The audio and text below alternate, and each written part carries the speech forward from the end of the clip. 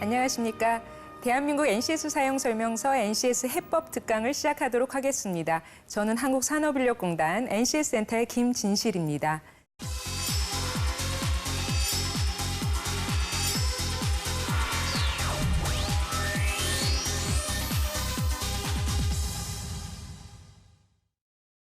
지난 시간부터 우리가 직무 수행 능력, 즉 기획사무 쪽에서는 내가 기획사무 일을 하려면 경영기획도 할 줄 알아야 돼, 경영평가도 할 줄 알아야 돼, 홍보, 광고, 마케팅도 할 수 있어야 된다고 하면서 구체적으로 어떤 능력이 필요한지, 이 능력을 갖추려면 어떤 지식, 기술, 태도가 필요한지를 알아보았습니다. 이번 시간에도 지난 시간에 이어서 이번 시간에는 총무 인사 쪽 어떤 능력이 필요한지 자세하게 알아보도록 하겠습니다. 시작하겠습니다.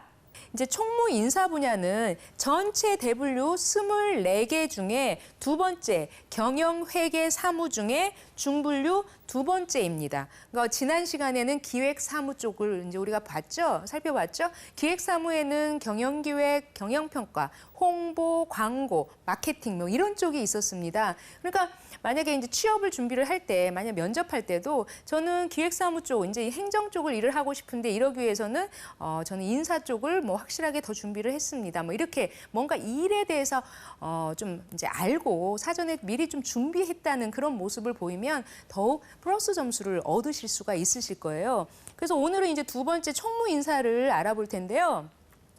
구체적으로 한번 우리가 사이트를 찾아보시면 클릭해서 이제 하나를 이렇게 깊숙하게 들어가기 때문에 전체 그림 보기는 또 조금 불편한 점이 없지 않아 있습니다. 근데 전체 그림을 보시려면 우리 사이트 앞에 그 분류 체계라고 있어요.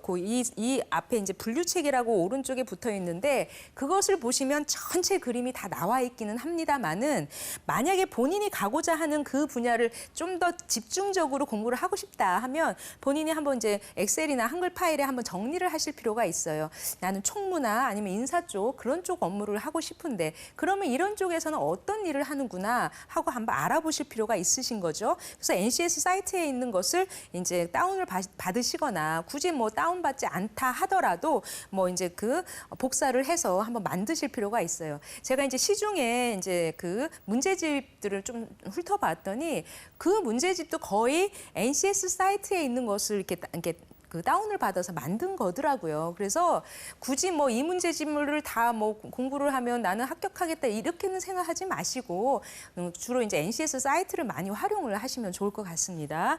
즉 이제 소분류, 그러니까 대분류, 중분류, 소분류, 세분류, 능력 단위 이렇게 이제 구분이 되는데 대분류는 우리 경영회계 사무 두 번째였고 중분류 쪽에서는 이제 총무 인사 쪽이었고 이제 소분류 쪽에서는 이제 총무 쪽. 총무 일을 하기 위해서는 총무가 뭡니까? 실제 그 조직의 살림살이를 하는 거예요. 우리 이제 집안에서 살림살이 어머니가 한다면 어머니의 이제 역할이라고 생각을 하시면 되는데요. 굳은 일, 잡다한 일, 모든 일들을 다 하는 게 총무하시는 분들입니다. 총무 팀장님들은 거의 잠도 못 자면서 그냥 이렇게 허드렛 일까지 다 챙기면서 하시는 분들이시더라고요. 특히 이제 총무 일을 하려면 구체적으로 세분류, 우리가 NCS 몇 개 개발됐다, 몇 개 개발됐다 할 때 그 카운트, 개발 단위가 사실은 세분류로 얘기를 합니다. 그래서 현재는 887개 이제 분류 체계 중에 847개가 개발되어 있고 요 능력 단위, 소위 말하면 본인이 이제 행동으로서 나타낼 수 있는 아주 기본적인 단위, 그 단위가 한 10,000여 개가 돼요. 우리나라 이제 외국은 호주 같은 경우는 한 18,000개, 영국은 26,000개 정도 된다고 하는데 우리는 한 1,583개, 정확하게는 이제 그렇게 됩니다. 그래서 총무 일을 하기 위해서는 실제 경영 계획에 그 조직의 큰 그림, 경영 계획에 맞춰서 어떤 일을 할지에 대한 그런 사업 계획. 근데 이 사업 계획이라는 게 이제 경영 쪽에서도 사업 계획을 하지 않습니까? 근데 이 총무 쪽에서는 실제 살림살이 계획을 조금 구체적으로 이제 할 필요가 있는 거고, 그리고 이제 기업에서는 다양한 행사가 있지 않습니까? 행사를 하려면 행사 지원을 해야죠. 사람들도 섭외해야 되고, 행사 프랜카드도 만들어야 되고, 되고 뭐 시나리오도 작성해야 되고 그런 행사 지원 같은 것을 총무팀에서 많이 일을 합니다. 그다음에 그 조직에 있는 부동산 관리도 하고 실제 비품 관리, 뭐 책상이나 컴퓨터가 몇 개, 뭐 지금 이런 것도 다 총무팀에서 하는 일이에요. 그다음에 차량, 그 조직의 차량이 뭐 버스가 있으면 버스가 몇 대고 이거에 대한 유류비는 얼마가 들어가고 이 운전기사에 대한 뭐 비용은 어떻게 돼요? 이런 것도 다 총무팀에서 일을 하고 있습니다. 그리고 용역 관리, 주로 이제 큰 조직 같은 경우는 용역이라는 것은 외부에 이제 그 아웃소싱 비슷하게 맡기는 건데 주로 청소 용역 그리고 뭐 경비 이런 쪽을 이제 용역을 많이 주고 있어요. 그러니까 용역 전문 업체들이죠. 그런 것을 관리를 하는 거죠. 그래서 여러분 그거 아시나요? 경비원들 우리 청소하시는 분들이 총무국장님 지나가면 더 이렇게 막 인사하고 굉장히 그쪽을 이제 그쪽에서 관리를 하기 때문에 이제 그런 경향도 있습니다. 그다음에 업무 이제 업무를 지원하는 여기가 총무팀은 하나의 사업을 하는 거는 아니고요. 다른 데서 업무를 잘 할 수 있도록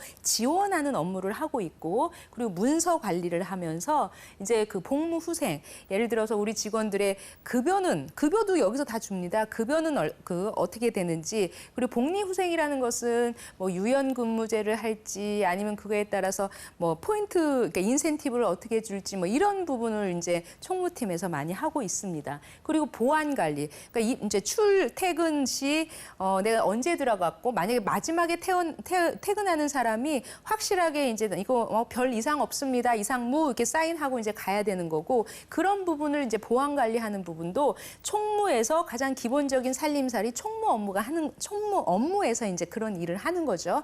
근데 우리가 학교 다닐 때는 이런 걸 몰라요. 주로 이제 총무 쪽은 행정학과라던가 경영학과라던가 이런 데서 이제 그냥 막연하게는 이제 이론적으로는 배우는데 실제 일 현장에서는 이런 일을 한다고 잘 모르실 거랍니다.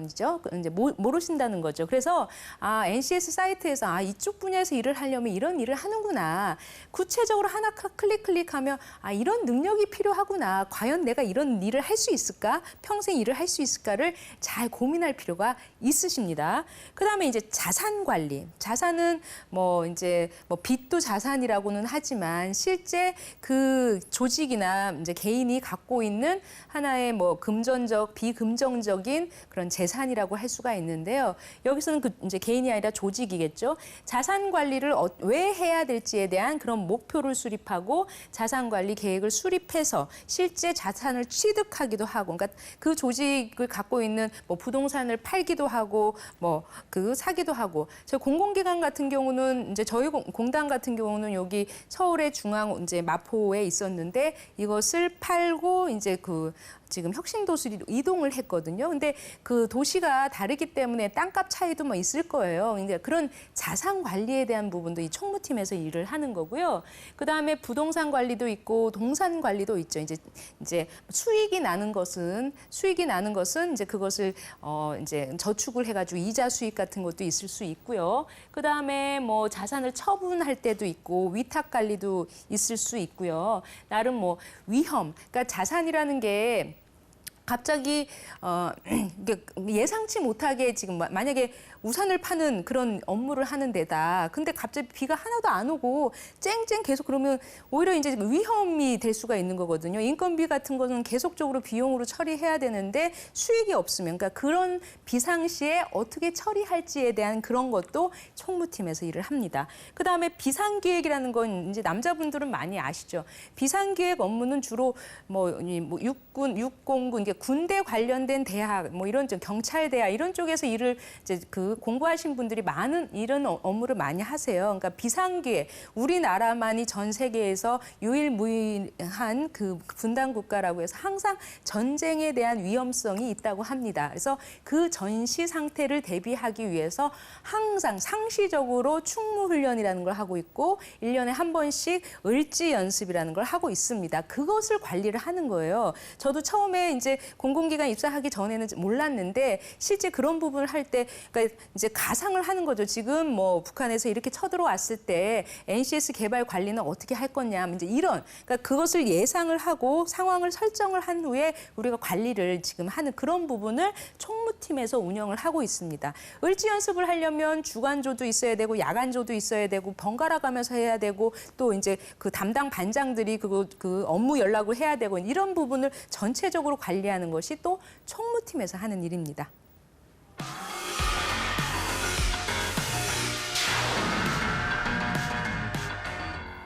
네, 다음은 인사팀을 한번 알아볼까요? 우리 인사가 만사다. 사람을 어떻게 채용하고 어떻게 배치하고 어떻게 관리하느냐에 따라서 성과 차이 또 조직 문화 차이 굉장히 다를 수가 있습니다. 그만큼 인사가 굉장히 중요한데요. 인사팀에서는 사실 유능한 분들이 많이 인사팀을 가요. 그래서 인사 업무는 어떤 건지 한번 알아볼게요. 일단 인사를 기획을 할 줄 알아야죠. 실제 사람을 어떻게 채용을 하고 이 사람들의 직무 배치를 어떻게 하고 그 사람들을 어떻게 승진 관리를 하고 그다음에 나중에 퇴직 관리를 할지 전체적인 인사 기획을 할 필요가 있고요. 그다음에 실제 직무 관리, 이 사람의 특성, 이 사람의 장점, 이 사람의 역량을 잘 파악해서 그 사람에게 맞는 직무 배치를 할 필요가 있는 거고 구체적으로 채용에 대한 계획, 그다음에 채용에 대해서 어떻게 서류는 어떻게 할지, 평가는 어떻게 할지, 면접은 어떻게 할지에 대한 전반적인 그런 업무, 그다음에 인력을 어떻게 이동을 시킬지, 그리고 인사평가. 요즘에 최근에 공정한 인사평가라고 해서 그 사람들의 역량평가 플러스 성과평가를 제대로 해서 그에 맞게끔 보상을 해주자라는 그런 이제 움직임이 있는데요. 그런 모든 부분도 사실 인사팀에서 많이 일을 하고 있습니다. 그동안은 우리가 HRD, 그러니까 소위 말하면 교육훈련 전문가 따로, 그다음에 HRM, 그다음에 교육에 대한 그 경영 쪽, 소위 말하는 인사 쪽하고 이게 조금 따로따로 좀 운영이 됐다 한다면 앞으로는 이 HR 시스템이라고 해서 교육과 나중에 승진, 배치 이런 인사 관리하고 같이 연동을 해야 이 사람이 부족하면 부족한 대로 어떻게 교육훈련을 시켜야 할지 그리고 어떻게 배치를 해가지고 그 사람이 성과를 내야 할지 이런 것을 이제 이 인사팀에서 잘 조정하고 할 필요가 이제 있는 거죠. 그리고 핵심 인재, 그 조직에서 정말 핵심 역량이라고 할 수 있는 핵심 인재들을 확실하게 관리를 해줄 필요가 있고, 그러니까 보통 공공기관과 민간기업의 차이는 공공기관은 이제 좀 범용적인 공익성, 공정성 이런 것을 이제 좀 추구를 하기 때문에 뭐 민간보다는 핵심 인재 관리 부분이 약간 약할 수는 있어요. 그러니까 민간은 아무리 다른 거 실수해도 한 번 성과만 확 잘 내면 이 사람 모든 잘못이 다 이제 수그러질 수 있는데 공공은 오히려 반대죠. 아무리 일을 잘했어도 한 번 딱 실수가 되면 그게 이제 모든 크게 이제 실수가 된 것 같이 그러니까 약간 공공 조직과 이제 민간 조직은 다른데 시청하시는 분들이 공공을 갈지 민간을 갈지 본인의 캐릭터나 이런 부분도 잘 고민할 필요가 있으세요. 그다음에 교육훈련, 그 사람의 역량, 직원들의 역량을 키우기 위해서 어떻게 교육훈련 기획을 해야 할지. 여러분들 이제 고용보험이라고 해서 사업주, 그러니까 사장님들도 돈을 내고 근로자들도 돈을 냅니다. 근데 그 부분에 대해서 의무적으로 저희들이 이제 교육을 해야 돼요. 교육을 또 받아야 되고 그리고 고용보험 환급도 되고 그래서 교육훈련 관리도 이제 인사팀에서 하는 업무예요. 그러니까 여러분들이 HRD 전문가, 교육 전문가는 그러니까 이제 인사팀에 가는 경우도 꽤 많습니다. 그리고 임금 관리, 급여 지급. 사실은 임금 관리, 급여 지급, 복리후생은 아까 총무 쪽에서 거의 많이 해요. 그러니까 어느 조직은 총무팀에서 하기도 하고 인사팀에서 하기도 하는데 주로 이제 총무팀에서 하는데 요 NCS 안에는 인사하고 같이 들어가 있네요. 이제 이 부분은 왜 그러냐면 기존에 이제 호봉제 1년 이제 경력이 쌓일 때마다 이제 급여가 지급되는 올라가는 그런 시스템이 아니라 정말 사람의 성과와 능력에 따라서 보상을 주는 성과 연봉제가 요즘에 최근에 이제 부각되지 않았습니까? 그런 차원에서 인사와 같이 연동을 시킨다는 그런 의미죠. 그리고 조직 문화 관리. 아까 얘기했듯이 핵심 인재를 어떻게 관리하느냐에 따라서 조직 문화, 성과 중심을 뭐 이제 굉장히 추구를 하면 일 성과에 대해서 이제 일 중심으로 가는 문화가 될 수가 있는 거고 아니면 성과보다는 우리는 가족 같은 분위기가 더 좋고 사람과 경조사를 챙기고 이런 게 더 좋다라고 한다면 또 그런 패밀리 기업 같은 그런 조직 문화가 될 수가 있죠. 그런 부분도 인사팀에서 사실은 많이 관리를 하고 있습니다. 그리고 이제 정년 퇴직 앞둔 분들한테 무조건 정년 퇴직했으니까 나가십시오가 아니라 퇴직 관리를 미리 할 필요가 있는 거예요. 그러니까 나가기 전 뭐 5년 전부터 이 사람의 전 조직 지원. 아, 당신이 이런 숙련이 있으니까 앞으로 이러이런 인생의 2모작, 3모작을 이렇게 준비를 하십시오라는 교육 훈련도 제공을 할 수가 있는 거고. 인사 아웃소싱. 그래서 인사 아웃소싱이라는 것은 이제 조직의 인력들이 있는데 모든 업무, 선택과 집중도 없이 모든 업무를 다 똑같이 할 게 아니라 확실하게 우리가 주력으로 이제 밀고 있는 사업에는 핵심 인재들을 보내고 조금 좀 이제 단순 뭐 반복적인 이런 것은 이제 아웃소싱으로 다른 데서 이제 줄 수 있는 그런 것도 이제 인사팀에서 하고 있습니다. 그리고 노무 관리도 하고 있어요. 우리가 노사 관계가 굉장히 굉장히 탄탄하면 아무리 어려움이 있어도 이제 노와 사가 같이 협력해가지고 하나의 조직으로서 이제 그 어려움도 뚫고 갈 수가 있는데 최근에 이제 사측에서는 성과 연봉제라고 막 추진하고 있고 노 측에서는 아 이거는 좀 불합리하다 공정하게 평가할 수 있는 잣대가 아직 부족한 채 어떻게 이렇게 할 수가 있느냐라면서 약간 이제 그러니까 노사 대립이 되고 있습니다. 근데 노무 관리도 굉장히 중요한 업무 중에 하나죠. 즉 노사 관계를 어떻게 해야 할지 그리고 노사 관계를 잘 하기 위해서 교육 훈련을 어떻게 실시해야 될지 실제 이제 단체 교섭을 하는 데 있어서 어떤 항목으로 교섭을 해야 할지 그리고 이 약속한 부분을 어떻게 이행을 해야 할지 만약에 노조 쪽에서 이제 으쌰으쌰 이런 노동쟁의가 일어났을 때는 이렇게 어떻게 대응할지 그러기 위해서 노사 협의회 어떤 멤버들이 어떻게 이제 협의회를 구성해서 어떻게 진행을 해야 될지 그리고 노사 관계에 대해서 우리가 계속적으로 개선하고 평가하는 그런 질관리 그런 차원도 이 인사팀에서 업무를 많이 하고 있죠. 그리고 이제 그 총무 인사 쪽에서 그 소불류 이제 마지막 그냥 사무행정 그러니까 보통 비서학과도 있고 사무행정과도 있고 하는데 비서도 비서 나름의 업무가 있습니다. 그냥 나는 뭐 비서는 그냥 사장님들한테 사장 지원하고 윗사람들한테 그걸 잘하면 되겠지 막연하게 생각할 게 전혀 아니에요. 비서가 잘못 실수 하나가 굉장히 조직에 큰 영향을 끼칠 수가 있는 거죠. 저도 이제 요거 보니까 아 비서들이 이런 일을 하는구나 굉장히 어려움이 있겠다라고 봤는데. 사실은 비서도 이제 경영진을 이제 지원하는 업무가 주겠죠. 근데 구체적으로 경영진의 환경 동향, 이 사람의 외부 환경, 내부 환경도 분석하고 경영진 일정 관리도 하고 사람 이제 출장 관리도 하고 출장비에 대한 여비 지급이라던가 이런 출장비 처리도 비서들이 많이 하고 있고요. 응대도 해야죠. 이분들한테 연락 오는 부분도 이제 어떻게 그러니까 왜냐하면 그 응대하는 부분도 무조건 다 잘할 것도 아니고 왜냐하면 민원인들도 있을 거고 민원인한테는 친절하게 해야 되겠지만 악성 민원인한테는 어떻게 대응을 해야 될지 이런 부분도 제대로 알고 접근을 해야 된다는 겁니다. 무조건 뭐 윗사람들 만나러 왔다고 해서 다 오케이 할 것도 아니고 이제 선택과 집중을 해서 잘 걸러줘야겠죠. 보고도 해야 되고 그 사람 문서 관리도 해야 되고 회의를 진행하는 의전도 관리를 해야 되고 그다음에 비서 사무에 대한 정보 지금 현재 어떤 정보가 있는지에 대해서 확실하게 알 필요가 있고 국제 업무도 지원할 필요가 있고 경영진에 대한 예결산, 이제 예산과 결산 관리도 할 필요가 있습니다. 그리고 이제 기본적인 사무행정, 이 사무행정을 하려면 우리가 컴퓨터 활용 능력이 있어야 되는 거예요. 한글, 뭐 파워포인트, 엑셀 등등 그런 기본적인 사무행정에 대한 능력을 갖추면 일반적인 문서 작성, 문서 관리, 그다음에 데이터 관리, 사무 자동화 관리 운영하면서 이제 이런 회계 처리나 회의 운영 지원 그리고 업무 관리 조정 같이 이런 일을 하는 거죠.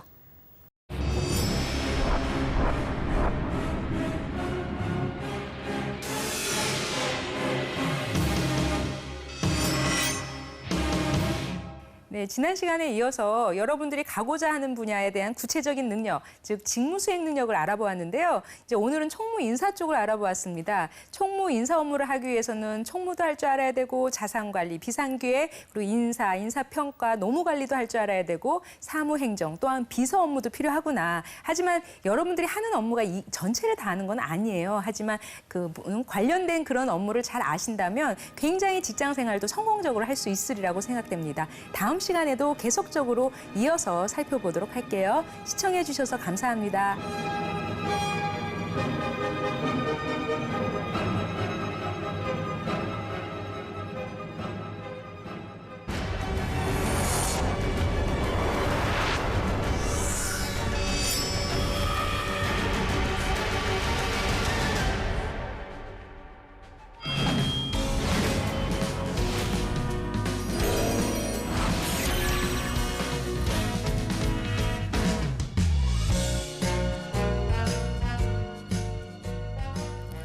능력중심 사회를 만드는 선봉장, 대한민국 NCS 사용설명서. 안녕하세요. 여러분의 능력지원군 홍선우입니다. 이번 시간은 NCS와 관련된 실전 취업 토크 나눠보는 시간입니다. NCS 기반 아래 다양한 취업교육과 직업교육이 이루어지고 있는데요. 오늘은요, 그중에서도 과정평가형 자격 도입 사업에 대해서 자세하게 알아보고자 합니다. 자, 두 분 저희가 스튜디오에 초대를 해봤는데요. 소개해드리죠. 과정평가형 자격 도입 사업을 진행 중인 곳입니다. 대구의 한국디지털직업전문학교의 전유정 행정팀장님, 그리고 여수빈 학생 모셨습니다. 안녕하세요. 안녕하세요. 네, 반갑습니다. 두 분. 자, 스튜디오에 저희가 모셨는데 대구에서 지금 오신 건가요? 네. 네, KTX 타고 오셨어요? 네. 고생 많으셨습니다, 정말. 네, 방송 위해서 이렇게 와주셨는데 자기소개 한번 부탁드릴게요. 시청자분들 위해서요. 먼저 팀장님부터. 네, 안녕하십니까. 저는 대구에 있는 한국디지털직업전문학교라는 곳에서 행정팀을 맡고 있는 행정팀장 전유정이라고 합니다. 반갑습니다. 네, 어서 오세요. 자, 여수빈 학생도 자기소개 부탁드릴게요. 네, 안녕하세요. 저는 대구의 한국디지털직업전문학교에서 교육과정을 수강받고 있는 여수빈입니다. 그렇군요. 자, 오늘 이렇게 두 분을 모시고 얘기를 들어보고자 하는 과정사업. 이름이 조금 어렵습니다. 과정평가형 자격이죠. 자격 도입 사업인데 이 이름이 좀 어려워요. 설명이 좀 필요할 것 같아요. 팀장님, 어떤 사업입니까? 기존에 검정형 자격 제도가 존재를 했었죠. 그렇죠. 근데 그 제도 같은 경우에는 이제 직업 훈련과 산업 현장과 좀 동떨어져 있다는 질타를 조금 받고 있었던 문제점이 있었죠. 네. 아무래도 그렇다 보니 이제 그 산업 현장 중심의 어떤 직업 훈련과 자격 그런 세 가지 꼭지점을 연결을 시키기 위해서 이제 과정평가형 자격 제도를 도입을 하게 된 계기가 되었고요. 그로 인해서 이제 기존의 검정형과는 다르게 과정평가형 같은 경우에는 수업 이수를 충실히 한 학생 같은 경우 내부 평가와 외부 평가를 거치면 국가기술 자격 제도를 취득할 수 있는 그런 제도입니다. 그렇군요. 그러니까 쉽게 말하면 기존의 자격증 그냥 시험 한번 보고 뭐 필기 시험 한번, 실기 시험 한번 뭐 이런 식으로 보고 통과를 하면 자격을 줬다면 훈련 과정이 있군요. 그 과정을 거쳐서 배우고 난 후에 어떤 일정한 평가 기준을 거쳐서 자격을 부여하게 된다. 저희가 이렇게 이해하면 될까요? 네, 맞습니다. 네, 그렇군요. 그럼 이게 언제부터 도입이 됐나요? 지금 최초 시행은 2014년 12월에 고용노동부와 한국산업인력공단이 과정 모집 공고를 했었고요. 네. 그 이후 3월에 2015년 3월이죠. 2015년 3월에 최초 이제 지정을 받은 지정 교육기관을 발표를 했습니다. 네. 그래서 저희 같은 경우에는 그 이후에 지정을 받았지만 아무래도 민간 직업 훈련 학교로서는 처음으로 받다 보니까 제도적으로 조금 풀어야 될 부분들이 있어서 바로 출발을 하지는 못하고 8월쯤이 되어서야 저희가 시작을 할 수 있었습니다. 이 도입한 취지가요. 전 그런 거라고 생각을 하거든요. 뭐 자격증을 땄다 그래서 그 사람이 바로 그 자격증으로 현장에 가서 일을 할 수는 없잖아요. 여태까지 그 좀 무리가 있지 않았습니까? 근데 그걸 좀 괴리를 없애기 위해서 이 자격을 과정평가형을 도입을 했기 때문에 바로바로 투입할 수 있지 않을까 싶은데 NCS와 그렇게 보면 관련이 굉장히 깊죠. 네, 맞습니다. NCS와는 상당히 밀접한 관련이 있죠. 일단 과정평가형 설계의 기본 자체가 NCS고요. 그리고 과정평가형을 이수하기 위한 능력 단위들이 모두 다 NCS이기 때문에 총밀접이 되어 있다고 볼 수가 있겠죠. 그리고 산업 현장에 바로 투입이 될 수 있는 인력을 양성해서 이 자격증이 노동시장에서 신규기재로서 올바르게 작용을 하기 위해서 그 목적으로 도입된 만큼 NCS와는 아주 가까운 관계가 있습니다. 그렇군요. 기존에는 자격과 일이 좀 분리가 되어 있었다면 기존의 그 일, 자격증, 그리고 훈련, 이 모든 과정을 좀 아우르는 그 과정이 과정평가형이다라는 생각이 드는데 그 과정에 지금 참여하고 있는 분이 앞에 나와 계십니다. 여수빈 학생인데 어떤 계기로 참여하게 되신 거예요? 원래 기존에 그 산업기사라는 자격증을 따려면 네. 동일 전공의 학력이나 그 실무 경력이 필요했었거든요. 근데 이제 저는 이 과정평가형 과정은 그런 거에 아무 관계없이 이 과정을 잘 이수하고 내부 외부 평가를 통해서 기준 점수를 획득하게 되면 이제 자격증을 취득할 수 있는 조건이 있더라고요. 그래서 저하고 꼭 맞는 것 같아서 참여하게 되었습니다. 지금 기계 과정을 배우고 네. 계신 거죠? 네. 언제부터 시작하셨어요? 저 2월 달부터 2월부터 시작을 하셨어요. 몇 개월 과정이죠? 총 10개월 과정이에요. 10개월이면 지금 한 5개월 네. 정도 지났고 반 정도 남았네요. 네. 참여해 보니까 어떠세요? 배워보시니까. 일단 처음에 시작할 때는 음. 긴장도 많이 하고 겁도 많이 먹었는데 배운 대로 안전수칙만 잘 하면 음, 걱정할 필요가 없겠더라고요. 그렇군요. 네, 사실 재밌어요. 기계 분야 그러면 여성분이 네. 이렇게 좀 여리여리하게 생기신 또 여수빈 학생 같은 경우에 좀 안 어울린다라는 생각을 할 수도 있는데 어떤 계기로 하고 싶은 마음이 드셨어요? 처음에는 뭐 주변의 친구들이나 부모님이랑 이렇게 상의를 해보고 아마 저랑 적성이 맞을 것 같다는 느낌이 들어서 참여를 하게 되었습니다. 정말 단순히 하고 싶은 네, 생각에 네. 그리고 주변에서 권유도 있었고요. 네. 근데 아까 말씀으로 들어보자면 네. 그 전공을 하지 않았거나 그렇죠? 경력이 있지 않으면 좀 진입하기가 힘든 분야인가 봐요. 네, 맞아요. 그 자격증을 따는 게 그게 필수 조건이에요. 자격증을 아. 따기 위해서. 네. 그래요. 과정평가원 국가기술 자격에 대해서 그러면 이제 좀 더 알아보고 나서 여수빈 학생하고 좀 더 이야기를 나눠보겠습니다. 국가기술 자격을 취득하기 위해서 과정이 있잖아요, 팀장님. 어떻게 이루어집니까? 일단은 과정 평가형이기 때문에 네. 네, 그 과정에 참여부터 시작을 하셔야 되겠죠. 그러니까 우선 과정 평가형 자격 과정 운영하는 기관들이 크게 세 가지 특성으로 나눠질 수 있는데요. 네. 일단 교육기관과 직업훈련기관, 그다음에 마지막으로 기업대학 이렇게 세 가지 형태가 있습니다. 이 중에서 일반인 분들이 참여를 하시기 위해서는 직업훈련기관의 과정을 찾아보셔야 할 것 같습니다. 그러니까 과정평가형이니까 쉽게 생각을 하면 되겠습니다. 결과만 보는 게 아니라 과정도 같이 평가를 한다. 네. 이렇게 저희가 보면 되겠는데 지금 일반인, 전문가 이렇게 나눠주셨잖아요. 그게 뭐가 다르죠? 일반인과 전문가가 다른 네. 게 아니라요. 네. 이 과정 같은 경우에는 지금 교육기관과 기업대학 같은 경우에는 본인의 소속에만 그 모집 대상을 두고 있거든요. 그러니까 예를 들어서 교육기관이라고 하면 일반 고등학교와 그다음 4년제, 2년제 대학교들 그리고 폴리텍 대학교들이 존재하지 않습니까? 그렇죠. 그 학교의 학생들만을 대상으로 모집을 진행을 하고요. 기업대학들 역시도 자사 근로자들만을 대상으로 진행을 하기 때문에 일반인들에게 열려 있는 부분은 직업훈련기관이라고 보실 수가 있습니다. 그렇군요. 일반인과 전문가가 참여하는 그래서 그 과정이 다르다 이런 게 이제 이해가 되는데 여수빈 학생 같은 경우도 그럼 일반인 쪽으로 참여를 한 거잖아요. 네. 과정이 어떻게 돼요? 일반인으로 참가를 하기 위해서는 저희 직업훈련기관에서는 이 과정이 과정평가형뿐만 아니라 실업자 훈련과 연계되어서 진행이 됩니다. 그렇기 때문에 실업자 훈련을 위한 그 절차를 먼저 거치셔야지 이 과정을 들으실 수가 있고요. 일반 실업자 훈련이라고 해서 모두 과정평가형으로 진행되는 것은 아니기 때문에 일단 NCS 홈페이지를 방문을 하시면 어떤 과정이 지정이 되어 있는지 목록을 보실 수도 있고요. 네. 훈련기관들이 모집 공고를 하기도 하고 그리고 HRD넷이라는 직업 훈련 포털 사이트를 이용하셔서 네. 검색을 통해서 과정을 먼저 알아보신 후에 관할 주소지의 고용센터를 방문을 하시면 그 과정을 들으실 수 있는 내일 배움 카드라는 카드를 발급받으실 수가 있습니다. 그 과정을 거치시면 일단 과정을 들으실 수 있는 준비를 충분히 하시는 겁니다.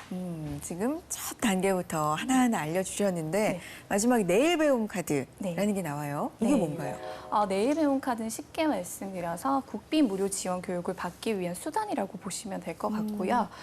이 내일 배움 카드를 통해서 이제 한도라는 것이 주어지게 되는데 이런 바우처 제도라고 할 수가 있거든요. 그 금액이 주어지면 이 카드를 들고 그 어느 훈련기관이든 내가 듣고 싶은 훈련기관을 가서 이 카드를 제시하고 훈련을 들으시면 되는 겁니다. 그러니까 쉽게 말해서 교육 훈련을 받을 수 있는 기프트 카드 같은 거군요. 그 안에 어느 정도 일정 금액이 들어가 있나요? 네, 맞습니다. 들어가 있고 그걸로 네, 교육을 받을 수 있는 거죠. 네, 맞습니다. 원하는 수업을 들을 수 있고요. 그렇죠. 네. 과정을 밟을 수 있다는 건데 그 단계부터 또 설명을 시작해 주시죠. 네, 일단 과정이 그러면은 입학을 해서 시작을 하게 되겠죠. 그러면 각 능력단이라는 것이 있습니다. 아마 훈련 기간별로 모두 동일하지는 않고요. 필수 능력 단위는 동일하나 선택 능력 단위는 모두 다르게 구성이 되어 있을 겁니다. 그래도 결론적으로 자격을 취득하는 데는 문제가 없으니 일단은 원하시는 종목을 먼저 들으시면 되고요. 네. 일단 능력 단위 하나하나마다 저희가 내부 평가라는 것을 거치게 돼 있는데요. 아까 말씀드렸듯이 이 과정을 충실히 들으시는 분들을 대상으로 하여서 자격이 발급이 되는 거라 말씀드렸듯이 그 충실의 의미가 이제 그 능력 단위의 75% 이상을 이수를 하셔야만 내부 평가를 치르실 수 있는 자격이 주어지십니다. 그래서 내부 평가에서 40점 만약에 미만을 받게 되시면 네.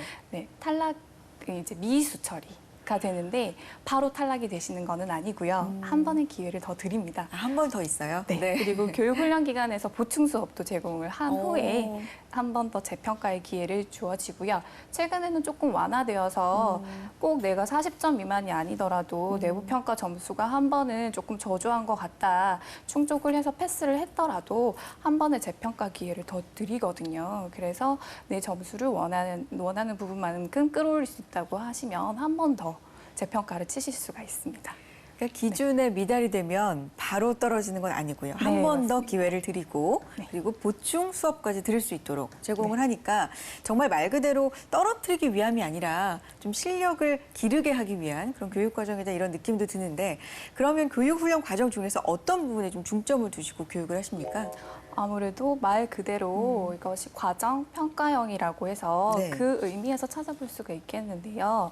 아무래도 과정을 이수를 하면서 산업 현장에 바로 투입이 되었을 때 여기에서 동떨어지지 않고 바로 적응을 해서 능력과 역량을 충실히 발휘를 할 수 있도록 하는 것이 주 목적인 과정이기 때문에 과정 이수하는 부분에서도 산업 현장과의 동떨어짐 없이 그 부분을 충분히 능력을 평가하고 그리고 그 수준을 일정 이상 도달했다는 부분을 중점적으로 저희가 다루고 있습니다.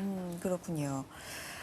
여수빈 학생에게 이제 질문을 드리겠습니다. 그 과정에서 지금 공부를 열심히 하고 훈련을 받고 있다는 얘기인데 아까 이렇게 말씀해 주셨죠. 기계 가공 분야고요. 그 분야 중에서도 뭘 배우고 있는 건가요? 네, 저는 기계 가공 분야 중에서도 매우 인지도가 높은 컴퓨터 응용 가공 산업기사 과정을 지금 수강하고 있습니다. 말이 어려워요. 네, 컴퓨터 응용 가공 산업기사. 쉽게 말하면 네. 저같이 잘 모르는 사람들이 쉽게 좀 이해를 하려면 네. 어떤 일을 나중에 할 수 있는 뭐 그런 기술인가요? 이제 컴퓨터로 2D 프로그램과 3D 아. 프로그램으로 이제 도면을 만들고 캠 설계를 하고 약간 2D, 3D 네. 우리가 흔히 알고 있는 네, 그것들을 좀 만들 수 있는 네, 그런 네. 기술이군요. 네. 상당히 좀 어려울 것 같은데 지금 한 2월부터 시작을 했다고 했으니까 네. 5개월 정도 과정을 받고 있는 거죠. 네. 어떤 식으로 지금 진행이 되어 왔는지 좀 설명해 주겠어요? 처음에 2월에 어떤 과정으로 처음에 딱 똑똑 두드리고 들어가서 이제 훈련을 바로 받은 건가요? 수업을 듣는 거죠? 네, 네. 처음에는 이제 오토캐드 프로그램이라고 이제 2D로 도면을 작성을 하고 그리고 이제 유지 프로그램도 앞으로 배울 예정이고 직접 뭐 선반이나 밀링 이런 기계도 돌려보고 네, 이렇게 배우고 있습니다. 하루에 얼마 정도를 훈련을 받는 건가요? 뭐 일주일로 따지면 매일 가는 거예요? 어떻게 돼요? 네, 월요일부터 금요일까지 5일을 가는데 어디로 가요? 네, 직업 학교. 학교로. 네. 지금 한국 디지털 네. 전문 학교로 이제 가서 5일 동안 하루에 몇 시간씩이요? 하루에 6시간씩. 하루에 6시간씩. 네. 어떤 수업들, 그러니까 실기만 배우는 건 아닐 것 같은데요? 네, 실기도 반틈 정도 하고 아, 필기도 반틈 정도 하고 그렇군요. 총 10개월이라고 했는데 시간으로 따지면 얼마 들까요? 1,400시간. 아, 1,400시간 정도 훈련을 받는 거고요. 네. 그 과정을 이제 나중에 평가를 통해서 자격을 취득을 하게 되는 거군요. 네, 맞아요. 제가 맞게 이해했나요? 네. 지금 한 반 정도 왔다고 보잖아요. 네. 많이 기술 좀 익힌 것 같아요. 어때요, 느낌이? 아직은 아직 부족하다고 느껴요? 네, 앞으로 조금 더 많이 배우면서 많이 노력하고 그래서 잘 하고 싶죠? 네, 자격을 꼭 취득하고 해야겠죠. 그렇죠. 팀장님이 내부 평가도 있고 외부 평가도 있다 이렇게 네. 말씀을 주셨잖아요. 네. 수빈 학생도 받은 거예요, 그 평가를? 외부 평가는 이 과정은 끝나고 12월에 응시할 예정이라서 아직 받아보지는 못했고요. 내부 평가는 각 능력 단위가 끝날 때마다 받고 있거든요. 이게 이제 각 능력 단위 특성에 맞게 객관식, 주관식, 작업형 이런 여러 유형으로 받고 있는데 예를 들어서 2D 도면 작성이라는 능력 단위의 경우는 네. 이제 기계가 조립되어 있는 도면을 저희가 제시를 받고 오토캐드 프로그램과 유지 프로그램을 통해서 현장에서 직접 제도가 가능하게 그 작업이 가능하게 2D와 3D로 표현해서 이렇게 프린터로 출력해서 제출을 합니다. 그럼 예를 들면 2D를 어느 일정 기간 동안 훈련을 받고 배웠어요. 그러면 네. 그게 배움이 끝난 그 시점에서 시험을 본다. 뭐 네. 이렇게 보면 될까요? 네, 맞아요. 시험을 보고 평가를 받고 점수도 나오고요. 네. 네. 근데 그 시험이 필기 시험만이 아니라 네. 뭐 필기 시험도 있고 실기 시험도 있을 수 있고 뭐 여러 가지인가 봐요. 네, 실기 시험은 이제 주로 작업장에서 하는데 처음에는 막 기계 돌아가는 소리도 들리고 막큰 기계를 제가 직접 만진다는 게 되게 긴장도 많이 되고 했는데 안전수칙만 잘 지키면 딱히 겁낼 필요도 없고 이제 어느 정도 숙달도 되고 하니까 네, 이렇게 긴장하지 않고 평가에 임할 수 있었습니다. 그래요. 네. 5개월 정도 되니까 네. 이제 조금 알 것도 같다 이런 생각이 드나요? 감이 와요? 어때요? 네, 감은 오는데 네. 앞으로 조금 더 노력을 해봐야죠. 그렇죠. 앞으로 조금 더 노력을 해야 되는데 내부 평가할 때 좀 떨리지 않아요? 매번 시험을 보는 거잖아요. 어떻게 보면. 네, 근데 네. 시험 보는 게 되게 많아가지고 이제 시험 보는 것도 좀 어느 정도 익숙해진 참이에요. 시험이 워낙 많으니까 오히려 그것에 익숙해진 케이스군요. 네, 맞아요. 어느 정도 많다고 보면 돼요? 한 며칠을 정말 이렇게 열심히 배우고 뭐 한 3, 4일 네, 열심히 배우고 바로 이제 시험 보고 네, 그럼 거의 뭐 한 일주일에 한 번 정도 시험 본다고 네. 대충 보면 될까요? 네, 맞아요. 와, 그러면 그걸 10개월로 따지면 총 과정이 10개월이니까 얼마나 많이 보는 거겠어요. 진짜 여수빈 학생 말한 대로 시험에 익숙해질 만할 것 같은데 네. 기존의 자격증 시험 같은 거 공부하거나 뭐 그래 본 경험이 있어요? 네, 어떤 거 네. 공부해 봤어요? 기계제도 기능사라고 음. 제가 지금 필기까지는 시험을 보고 실기는 준비하고 있는 참이거든요. 아, 지금. 네. 네. 지금 보고 있는, 그러니까 교육 과정으로 배우고 있는 것과 네. 지금 준비하고 있는 자격 시험이 좀 통하는 면이 있는 네, 건가요? 네. 음. 아무래도 이제 지금 기계제도 기능사는 기계를 제도하는 거고 이제 저희 산업기사 과정에도 포함되어 있는 거니까 그렇군요. 네. 지금 여수빈 학생도 지금 시험에 너무나 익숙해졌다 이렇게 말을 하지만 어쨌든 이런 게 이 과정평가형 자격에 어떻게 보면 취지 아니었겠습니까, 팀장님? 네, 어떻게 맞습니다. 보세요? 네. 네. 기존의 검정령 같은 경우에는 단기간에 공부를 해서 마지막 결론, 이제 그 지식평가라고 할 수 있겠죠. 결과만을 이제 물었던 그런 자격증이었던 반면에 과정평가형은 실제 얼마나 이 과정을 따라오고 있는지 그 능력을 측정하는 능력평가라고 할 수가 있겠습니다. 네. 내부 평가를 일주일마다 한 번씩 그럼 한다는 거잖아요. 꼭 그렇진 않습니다. 꼭 그렇진 않지만 과정이 끝날 때마다 그렇죠. 네, 지금 수빈 맞습니다. 학생의 경우에는 체감으로는 지금 한 일주일에 한 번씩 시험 보는 것 같다. 네. 이렇게 이야기를 하니까요. 그 과정은 어떻게 이루어지나요? 시험 과정을 말씀하시는 네, 내부 평가 거죠. 과정이요. 네. 네, 내부 평가 같은 경우에는 아까도 말씀드렸듯이 과정 능력 단위별로 끊어서 능력 단위를 75% 이상 출삭을 하게 되면 내부 평가 능력 단위가 끝나는 시점에서 내부 평가를 치르도록 저희 계획을 세우고 있습니다. 네, 그래서 내부 평가를 이제 내부 평가 같은 경우에는 시험 문제 유형이 아까 수빈 학생이 잘 말씀해 주셨는데 네, 기능 이론과 기능 지식과 그다음에 이론 지식에 대한 그 묻는 방식이 아무래도 다를 수가 있겠죠. 그러니까 네. 필기 시험이라고 하죠. 우리가 흔히 말하는. 그러니까 그렇죠. 그렇게 이론을 묻는 것과 네. 실기적인, 그렇죠. 기능적인 걸 묻는 게 좀 다르겠죠, 아무래도. 네, 네네. 맞습니다. 그에 따라서 이제 능력 단위 특성에 따라서 평가 방식도 다양하고 그리고 산업 현장성을 높이기 위해서 산업 현장 전문가도 함께 문제를 출제해서 진행을 하고 있습니다. 네.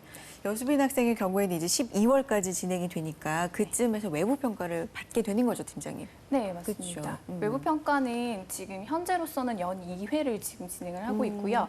사실 7월 말에 지금 1차 외부 평가가 있었습니다. 네. 네, 그리고 수빈 학생이 치르게 될 거는 12월에 이제 시행 발표가 난 2회 외부 평가 일정이 될 거고요. 그렇군요. 네.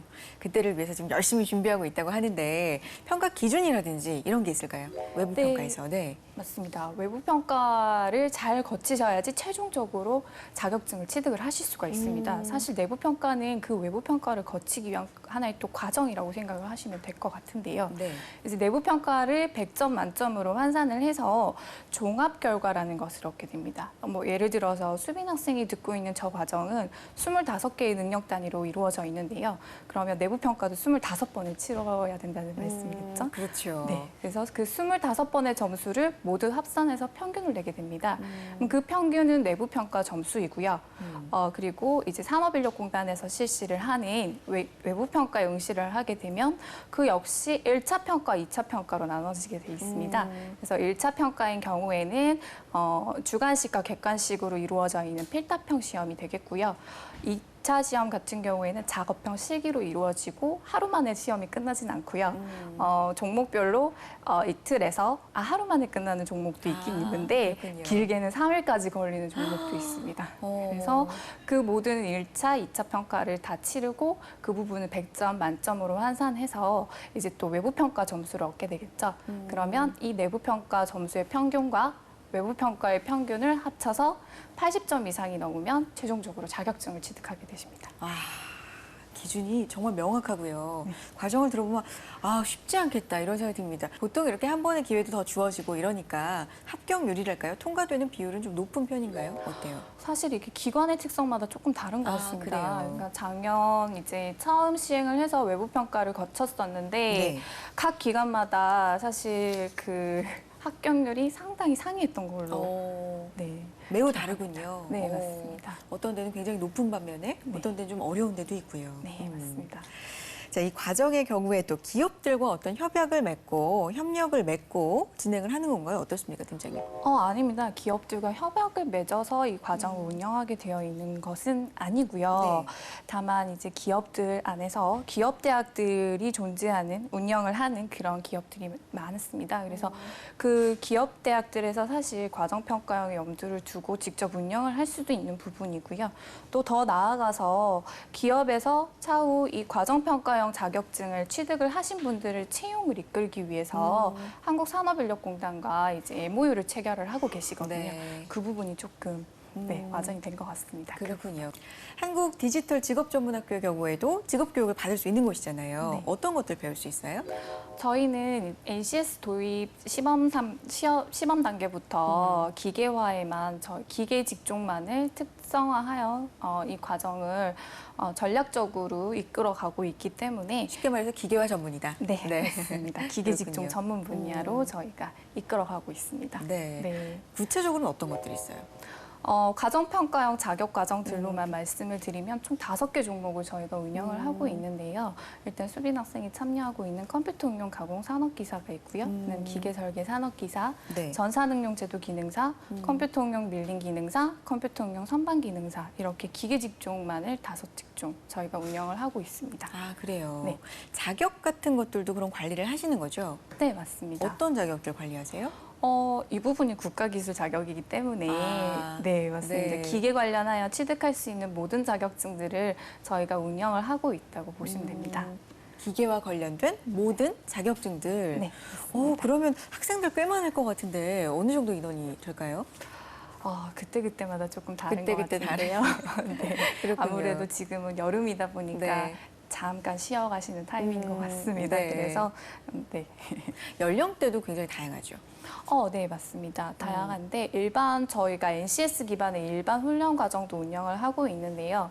사실 그 과정과 과정평가형 과정을 비교를 했을 때는 과정평가형 과정은 대체적으로 평균이 20대 후반에서 30대 있습니다. 네. 일반 훈련 과정은 다양한 연령층들이 사실은 계시거든요. 40대 이제 재취업을 원하시고 이직을 하시기를 원하시는 50대까지도 계신데 과정평가형 자격 과정은 아무래도 젊은 층들에게 조금 더 많이 인기가 있더라고요. 과정평가형이 오히려 좀 연령대가 낮은 편이고요. 네, 맞습니다. 그럼 과정평가형 자격으로 취득한 경우와 그냥 일반 자격으로 취득한 경우 어떤 점이 다를까요? 자격증 자체도 다르게 구성이 되어 있습니다. 그래요? 사실은 검정형 자격증을 받아보신 분들은 아시겠지만 네. 그 자격증의 종목과 그리고 본인의 신상 명세 그런 부분들만 간략하게 기재가 되어 있는데요. 그렇죠. 과정평가형 같은 경우에는 그 과정을 들었던 교육훈련 기관 명과 그다음 교육훈련 과정의 그 기간 그리고 무엇보다 중요한 것은 교육 훈련을 받았던 능력 단위가 모두 기재되게 되어 있습니다. 네. 그래서 능력 단위가 기재가 되어 있다는 건 네. 내가 이런 걸 할 수 있다는 게 거기 적혀 있다는 뜻인가요? 네, 맞습니다. 그래서 기업들이 채용을 할 때 단순히 그 종목만 적혀 있는 자격증을 제시하기보다는 네. 능력 단위를 제시를 해주면 이 사람이 어떠한 직무 능력을 수행할 수 있겠구나 이 부분을 한눈에 알아볼 수가 있게 되는 거죠. 그럼 지금 수빈 학생이 배우고 있는 이 과정의 경우에 25개라고 능력 단위라고 말씀해 주셨잖아요. 네, 맞습니다. 그럼 자격증이 25개 능력 단위가 다 적혀 있는 건가요? 네, 맞습니다. 자격증이 커야 되겠는데요, 팀장님? 네, 어때요? 안 크기도 그래도- 큰가요? 네, 저도 실제로 지금 네. 저희 훈련 기간에서 이번 1차 평가를 처음 치렀거든요. 네. 그래서 아직까지는 합격자 배출이 나오지 않은 상황이라서 자격증을 직접 보지는 못했는데 네. 들은 바에 의하면 작년에는 수기로 발급을 하셨다고 하는데 엄청 길어지셨다고 이야기하더라고요. 그러니까요. 아니 지금 수빈 학생이 자격증을 취득할 때만 해도 거기 기본적으로 25개 능력 단위가 적힌다는 얘긴데요.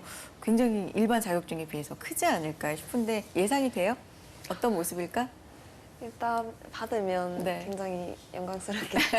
일단 작든 크든 좋다. 네. 받으면 좋겠다. 네. 지금 그런 마음으로 공부를 하고 있는 수빈 학생입니다. 이거 공부하기 이전에 네. 직장 경험 있다고 얼핏 들어오기 전에 들었던 것 같은데 맞아요? 네, 저는 처음에는 한 회사에서 경영 지원 업무를 맡고 일을 열심히 하고 있었는데 하던 것도 다 만족은 했지만 중간에 이런 생각이 들더라고요. 과연 지금 현재 경력이 나중에 미래를 담보할 수 있을까? 아무래도 지금 제가 여자다 보니까 경력 단절이 왠지 제 이야기가 될 수 있을 것 같은 그렇죠. 나중에. 네. 그런 느낌의 친구들, 부모님 뭐 이렇게 상의를 해보고 제 적성에 맞을 것 같은 기계 쪽으로 오게 되었습니다. 그래요. 경영 지원 업무를 하다가 기계 네. 쪽을 선택을 한 건데 일을 그만두고 선택한 것도 굉장한 용기라고 생각을 하고요. 네. 지금 배우고 있는 이 과정이 분명히 도움이 될 거란 느낌이 5개월 해보니까 들어요. 어때요? 네, 분명히 들어요. 분명히 들어요. 네. 어떤 모습이 그려져요, 나중에? 어떤 꿈을 꾸고 있어요, 수빈 학생은? 저는 일단 이제 취업을 하게 돼서 경력을 많이 쌓으면 네. 이제 기계 가공 기능장에도 도전을 한번 해볼 생각이에요. 기능장에도 네. 오, 굉장히 높고 또 큰 꿈을 꾸고 있는데 네. 기능장은 어떤 또 관심, 계기가 있어서 관심을 갖게 됐어요? 저희 아버지께서 네.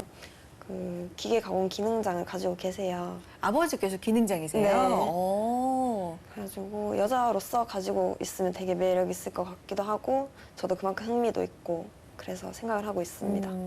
어쩌면 아버지께서 기계 쪽에 기능장이시니까 또 네. 추천을 좀 해주신 게 아닐까 네, 싶기도 맞아요. 한데요. 그렇죠? 근데 만약에 과정평가형 이런 과정이 없었으면 네.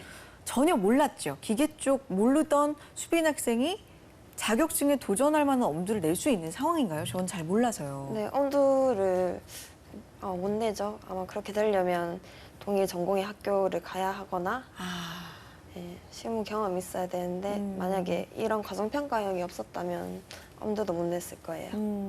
팀장님 이게 굉장히 중요한 포인트라는 생각이 드는데, 그러니까 어떻게 보면 전혀 다른 분야에서 일을 하다가 기계 쪽으로 오고 싶은데 자격증을 따고 싶을 때요. 전혀 엄두를 낼 수 없는 상황인데 과정평가형에선 낼 수 있다는 얘기죠. 네, 10개월 동안 배워서. 네, 이런 분들이 좀 많은가요? 네, 맞습니다. 저희가 종목을 크게 등급을 네. 두 가지로 볼 수가 있는데요. 현재까지는 기능사 종목과 산업기사 종목 그 두 가지를 볼 수 있는데 기능사 종목 같은 경우에는 사실 누구나 치실 수가 있습니다. 그렇기 때문에 사실 산업기사 과정을 운영할 때는 저희가 경쟁률이 사실 좀 높습니다. 얼마나 돼요? 비밀입니다. 그거. 네. 산업기사 종목 같은 경우에는 이제 아까도 말씀드렸듯이 청년층에서의 상당한 수요가 있고요.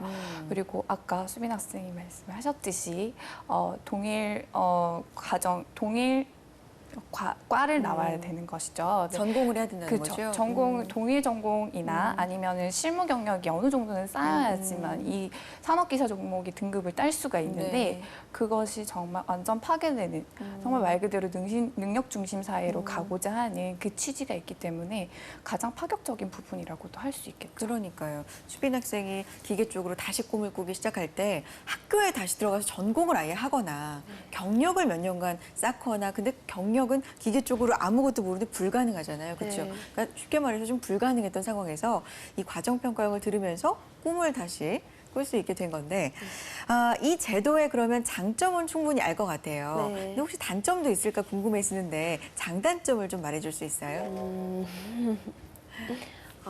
처음에는 저도 NCS라는 단어가 굉장히 낯설었어요. 그랬죠. 네. 근데 장점은 아까도 얘기했듯이 네.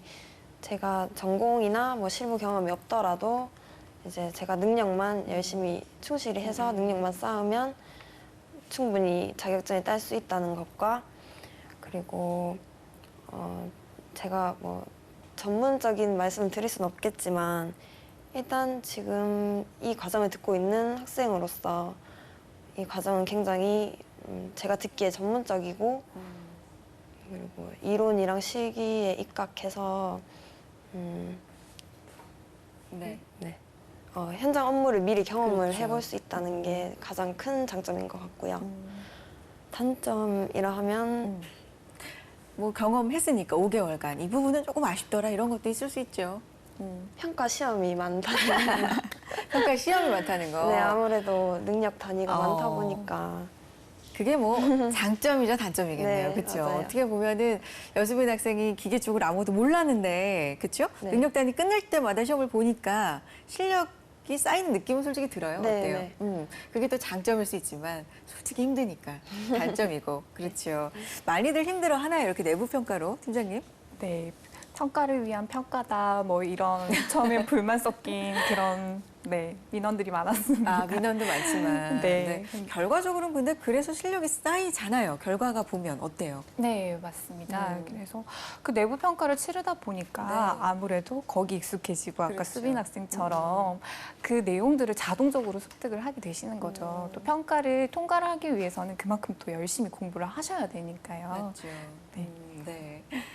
기업에서도 좀 반응을 보이지 않을까 싶거든요. 왜냐하면 신입사원을 채용을 하면 아무래도 이 사람이 자격증이 있어도 자격증을 우리가 믿지 않는 사회 아닙니까? 그렇죠. 자격증이 있어도 이 일을 할 수 있는지는 사실 별개의 사회였거든요. 그러다 보니까 교육을 다시 시키고 이랬었는데 과정평가형은 좀 다르니까요. 반응이 좀 다르지 않을까 싶은데 어떻습니까? 네, 맞습니다. 일단 제가 겪어본 기업들은 일단은 과정평가형 기술 자격증에 대해서 알고 있는 기업들은 상당히 호의적입니다. 심지어는 기업대학을 운영하는 그런 기업들은 본인들이 과정 지정을 직접 받아서 훈련생들이 이제 근로자들이죠. 네, 근로자들을 직접 이 과정에 참여를 시키고 그다음 자격증 취득을 통해서 또 경력 개발까지 이끌어가고 있는 그런 주도적인 기업들이 상당히 많습니다. 네. 근데 하지만 애석하게도 이제 1년 차 지나서 2년 차에 접어드는 그렇죠. 사업이라서 기업들이 아직까지는 인지도가 조금 떨어지는 편이거든요. 그렇다 보니 이제 NCS 확산과 이제 가정평가형 확산이 더불어서 진행이 되면서 조금 기업들이 이것에 대한 인지가 높아지고 그리고 실제 이 자격증을 취득하신 분들이 취업을 하셔서 본인들의 능력을 충분히 발휘를 하시는 모습을 보면 기업들이 분명히 자격증에 대한 호의가 상당히 올라갈 것이라고 확신합니다. 아직은 1년 채 안 됐나요? 2년 차에 접어들었죠. 그렇습니다. 그렇죠. 2년 그래서 차요. 네, 인지도가 조금씩 높아지고 있는 상황이지만 어쨌든 알고 나면 굉장히 반긴다라는 게 지금까지의 상황입니다. 그럴 수밖에 없을 것 같다는 생각도 드는데 스페인 학생처럼 10개월간 이렇게 열심히 공부하고 매일매일이 시험인 것 같다라는 느낌이 들 정도로 내부 평가 많이 보고 자격을 취득했단 말이죠, 팀장님. 외부 평가까지 거쳐서 결국에는 그러면 뭔가 좀 혜택이랄까요? 이런 게 있으면 좋지 않을까 싶은데 혹시 있을까요? 아직까지는 기업들에서 네. 이 자격증을 아까 말씀드렸다시피 자격증의 메리트를 많이 못 느끼고 계시는 터라 그렇게 많은 이점이 있지는 않을 것 같은데요.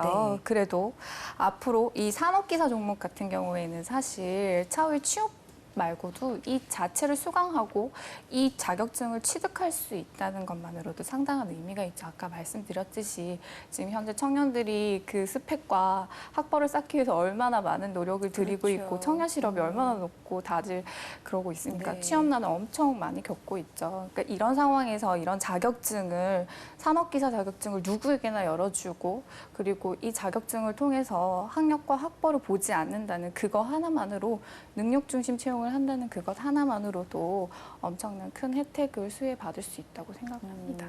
좀 제도적으로 좋은 제도니까 앞으로 쭉쭉 뻗어나가면 좋지 않습니까? 보완되어야 할 점이 있다면 어떤 것으로 보세요? 네, 앞으로 아무리 이 제도가 초기에 설계될 때 상당히 잘 만들고 규정을 상당히 잘 만들어졌더라도 실제 운영 상황에서는 변수들이 상당히 많기 마련이거든요. 그렇죠. 사실 현재 그 첫 해에는 그 변수들을 해결하는데 좀 상당히 힘들었던 해였던 네. 것 같고요.